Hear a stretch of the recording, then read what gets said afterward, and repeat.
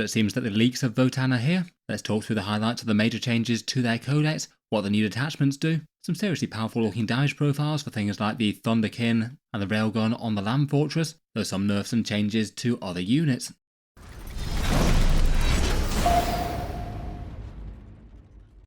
Hello and welcome back to Warspec Tactics, where today we're talking Votann once more. In this video I thought we'd do a roundup of some of the most major changes to the codex, and then hopefully the next video on the channel should probably be my full codex review, going through each unit, stratagem and detachment in a bit more depth.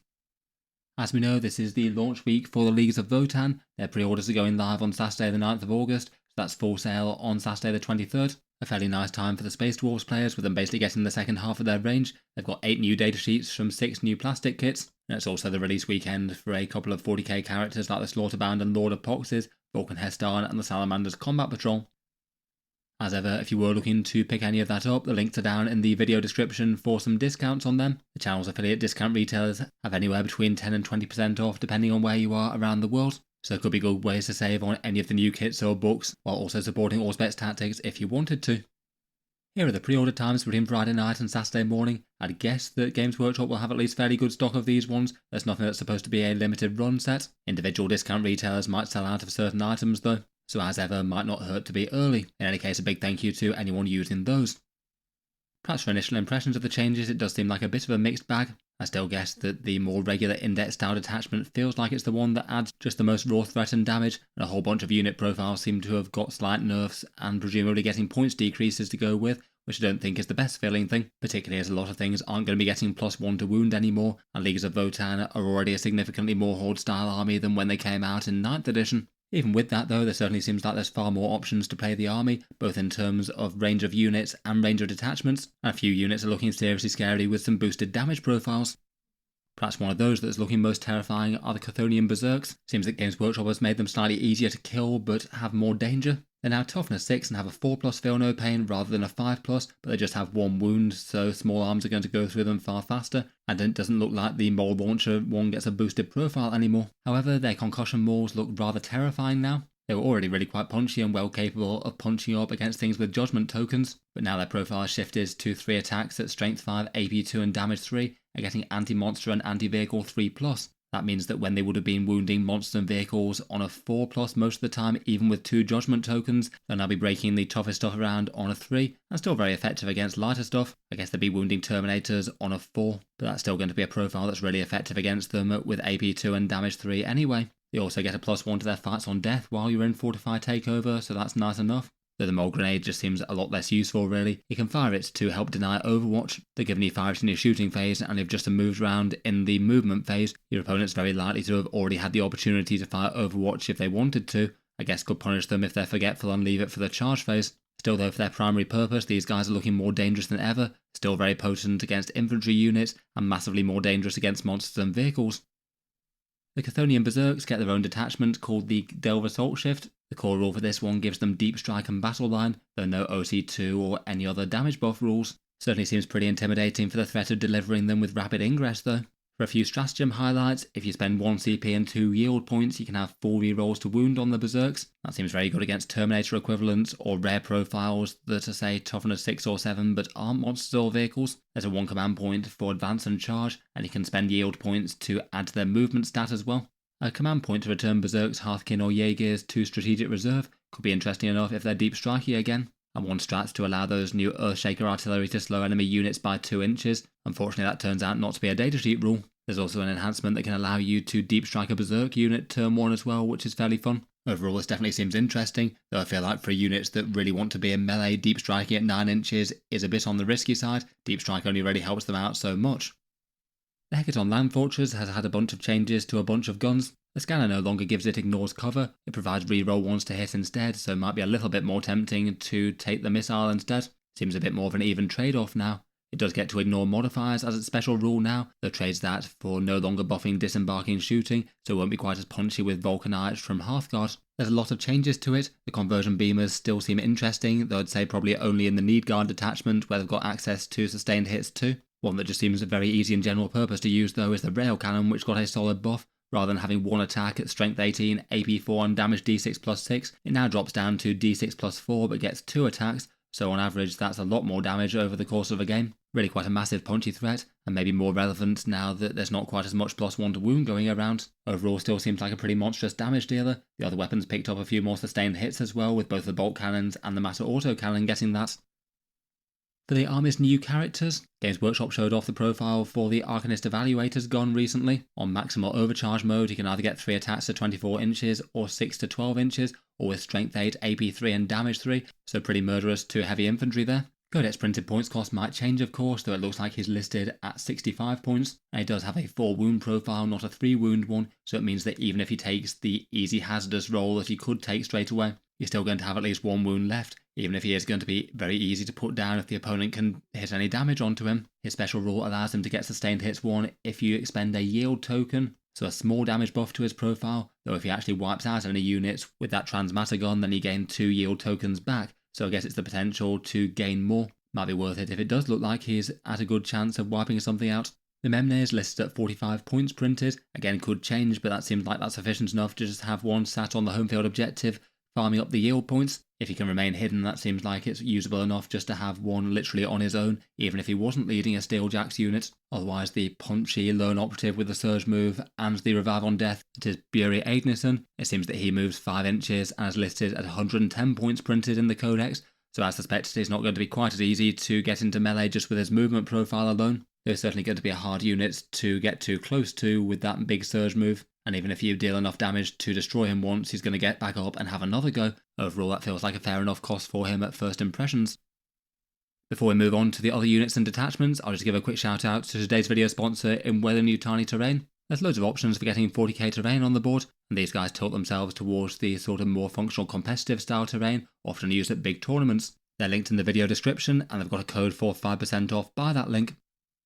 Their stuff is basically made of fairly sturdy printed plastic, sort of chunky card-like terrain that can slot into each other like this, and has a bunch of different designs that you can have printed on it. You could have some overgrown ruins or an Arctic laboratory or a medieval castle. It's handy enough to have it pre-coloured, and they're definitely skewing more towards the sort of functional side of the 40k terrain spectrum. Good line of sight blocking and clear outlines of terrain. Obviously depends on what you're after from a terrain point of view.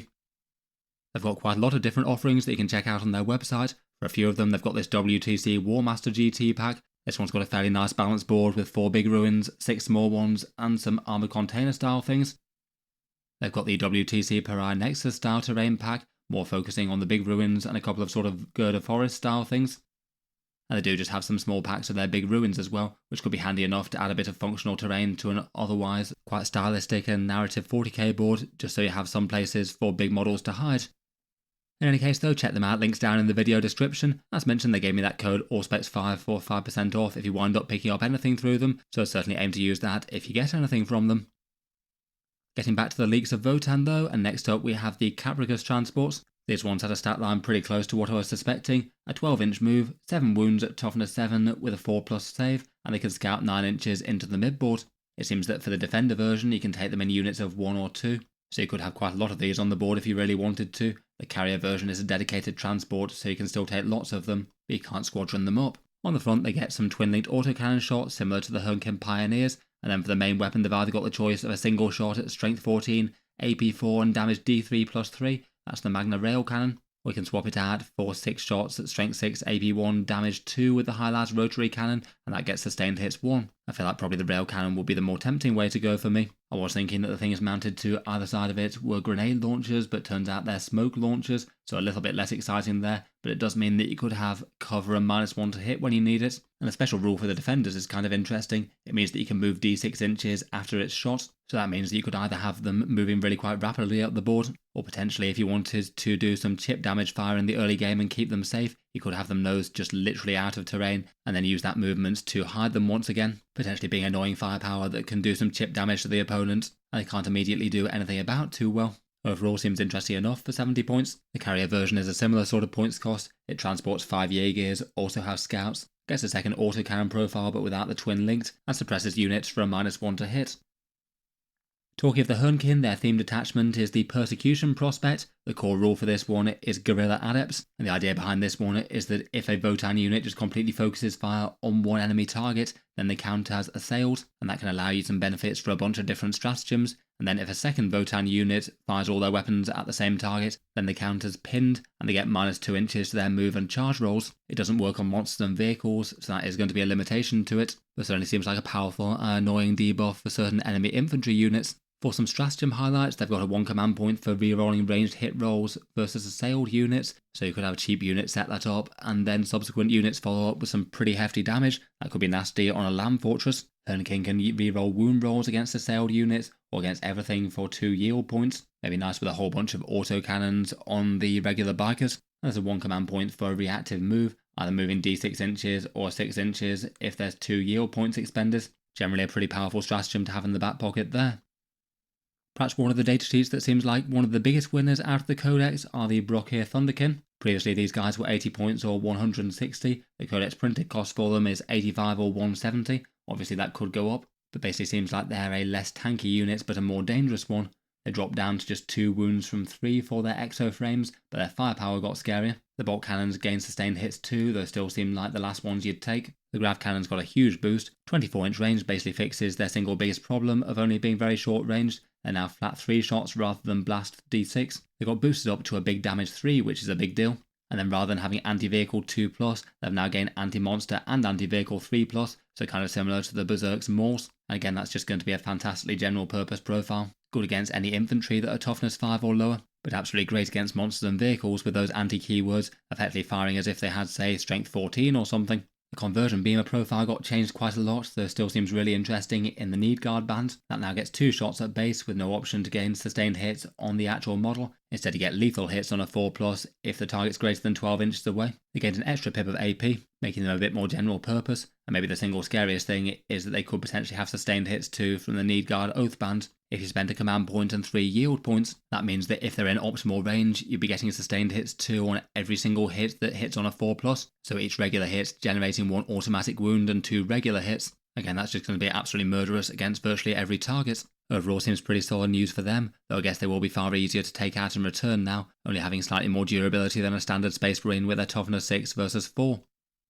The Leagues of Votann have a transport-themed detachment as well called the Brandfast Oathband. This one seems to go in for buffing infantry units that are near transports, and rather than being a damage buff for units that have disembarked from a transport, you get sustained hits on every infantry unit's ranged attacks while they're wholly within 6 inches, so vehicles operating kind of like mobile command centres. Seems handy enough for any firepower units. The Thunderkyn and I guess the Ironkin Steeljacks would certainly enjoy that. They've got a fair few of the more common transport-themed stratagems, one for a Hecaton land fortress to move through terrain, 1 command point for a fallback and shoot, 1 command point for a non-Hecaton vehicle to move d6 inches after shooting. Bear in mind that Sagittars do seem to have had some side grades. It looks like they're cheaper in points by the Codex printed points, but they have lost a scout move and they don't get the sustained hits d3 on their big beam cannon anymore. Seems like they're going to be a bit cheaper and less main damage dealers. A unit I'm certainly curious to see the full rules for were the Ironkin Steeljacks. These guys do get 2 different datasheets, 1 ranged one for the heavy vulcanite disintegrators and 1 melee focused one. For the Codex printed points, the ranged ones are cheaper. They're 80 points for 3 or 160 for 6. And as Games Workshop teased, they do have a similar sort of profile to Wraithguard, toughness 6 with a 2+ save and 3 wounds. For their weapons, they are kind of similar to Vulcanite and Volkite weapons, with spammed shots with low AP and devastating wounds. Seems the heavy Vulcanite disintegrators get 6 attacks per model, hitting on a 4 at strength 6, AP 1 and damage 1, or firing out to 24 inches and getting dev wounds. I feel like for only damage 1 though, it's going to make them a bit more on the niche side. They'll absolutely be shredding hordes, and they still will do at least some relevant damage to tough stuff as well, getting the odd devastating wound or 2. It feels unlikely they're going to be particularly mainline damage dealers against tough stuff. They get the Preymark crest where they get critical wounds, gain precision against things on mid-board objectives. I guess if they're devastating wounds, then that's going to be pretty nasty. They have some plasma knife attacks in melee with 2 attacks at strength 6, AP 2 and damage 1. The leader can take a melee weapon if he'd like to swap out his main gun, and their special rule is an Overwatch one, overwatching on a 5+ or 4+ while you have the Fortifier Takeover rule active, which could be used for free with the Memnir. Overall, at first impressions, they seem usable, though I'm just a bit apprehensive whether or not that damage profile is going to be one that's in loads of demand. I guess they are at least relatively cheap. You could have 36 devastating wound shots flying out of a unit that's just 160 points. If the Memnir is 45, then that means it'd be around about 200 points, and you'd be able to shoot both in your turn and Overwatch for free in the enemy turn with that boosted profile. Feels like there's enough here to be interesting. The melee version of them has kind of similar rules. Their melee stats are the Plasma Swords with 6 attacks at strength 6, AP 2 and damage 1, or 3 attacks with the Concussion Gauntlets. They only hit at 4 but go up to strength 10, AP 2 and damage 2 with lethal hits. Feels like the two profiles are at least fairly well balanced against each other, either spams damage 1 or a few quality attacks. Seems their special rule is Merciless Eradication. Enemies have to desperate escape when they fall back from them, and they get Autok Bolters but with the pistol keyword as their ranged attack. Again, they seem interesting enough. Might be hard to make melee reliably if they're only moving at 5 inches without something like a land fortress to transport them into battle. I can't help but think if you're doing that though, you might be more tempted by Cthonian Beserks. For the Brokhyr and Steeljacks units, there's the Hearthfyre Arsenal Detachment. This one's themed around a whole bunch of Leagues of Votann tech being unloaded into the enemy with extreme prejudice. The core rule can generate you a few extra yield points. If you have Iron Masters or Memnirs on the mid-board objectives, then you gain extra yield points at the end of your command phase up to a maximum of 2. And then Brokhyr units, Steeljacks units, and the Arcanist Evaluators can spend their yield points to reroll hit rolls of 1 when shooting. Feels like that could be enough to be meaningful on the Thunderkyn or the Steeljacks with the Vulcanites. For stratagems, they've got 1 for ignore modifiers to hit, wound, and armor penetration for the Brokhyr Thunderkyn. That certainly keeps some very scary guns reliable. There's a fairly punchy mortal wound impact hits 1 for Steeljacks units charging, and a 1 command points to move after you've shot, but only if you remain stationary in the movement phase, which is a bit of a disadvantage, though I guess if you were in a position to shoot normally, you could use it to move and then hide behind terrain or something. I can't help but think that both the detachment rule and the stratagems just feel a little bit on the low power side, particularly compared with the Need Guard detachment with some big damage buffs.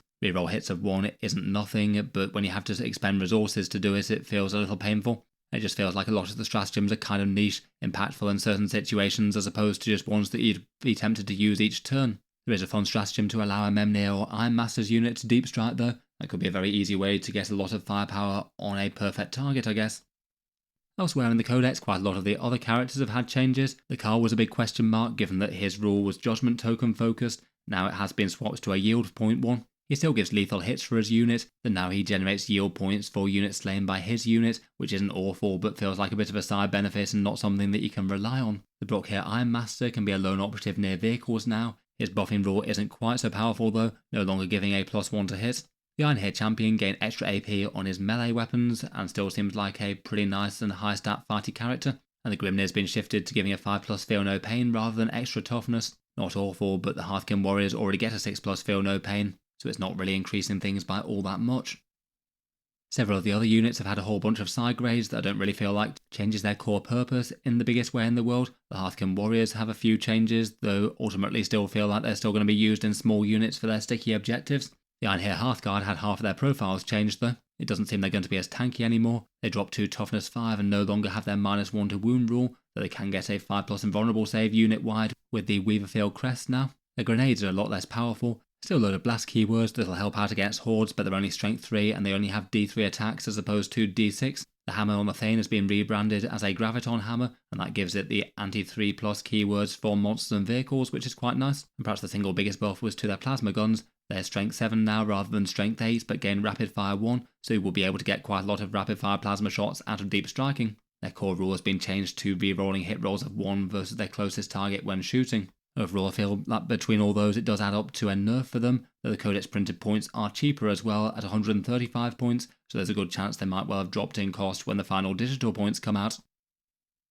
Finally, we've got the Cthonian Earthshaker profiles. Games Workshop showed off the stat lines for these ones with either Breacher or Tremor Shell Ordnance. Several weapons like this get to choose one or the other, but it looks like these guys have to select one or the other as a war gear choice, so you can have one but not the second. I'm guessing that even with the shorter range and the lower amount of shots, people would probably still go for the Breacher Ordnance, D6+1 shots at strength 10, AP1, damage 2, so at least fairly likely to cause some damage on units in the midboard. Otherwise on their profile they've got 6 wounds with a 4+ save. You do just have the 2 models in the unit. They actually have some alright melee with 4 attacks at strength 5, AP1, damage 2. I guess those Chthonians are still handy enough in a scrap. And then their special rule depends on the sort of ordnance that they have.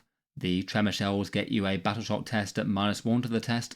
Not nothing, but also slightly limited use in your own turn. The Breacher Shells gets to use 2 attacks per game with those tokens, where they get to gain reroll wound rolls with the Breacher Ordnance, which I guess isn't bad, though they would have been wounding quite well against a bunch of targets anyway. Overall, I'd certainly be a bit apprehensive about these guys being all that strong. Games Workshop typically wants to keep indirect fire weapons fairly niche in 10th edition, so I feel like if they did get good, they'd probably go up in points. I feel like having to choose between either a fairly short range or having a damage characteristic of 1 is a fairly painful choice as well. In any case though, let me know your thoughts or impressions of the new Codex, any interesting combos or things that you've spotted so far. I look forward to hearing your takes down in the comments below. Hopefully the next video on the channel should be the full Codex review, maybe sometime in the early hours of the morning. As mentioned, a big thank you to Weyland Yutani Terrain for sponsoring the video. You can find them linked down in the video description if you'd like to take a look over their tournament style terrain options, and be sure to use that Auspex5 code for a 5% discount if you do order anything through them. I'll leave that there for now though. Feel free to subscribe to Auspex Tactics if you'd like to see more like this. I'll certainly keep the regular 40k videos coming, with new ones out just about every day. If you'd like to support the channel, then Auspex Tactics does have a Patreon page as well, and you can find that linked in the video description down below. Channel patrons do get a few advantages, seeing certain videos early, regular votes to see what sort of things come next on the channel, and automatic entry into the regular prize giveaways with a chance to win some big model kits each month. If any of that sounds good to you, or you'd just like to help support, the link's down in the video description. In any case, a massive thank you for listening, and I'll hope to see you guys next time.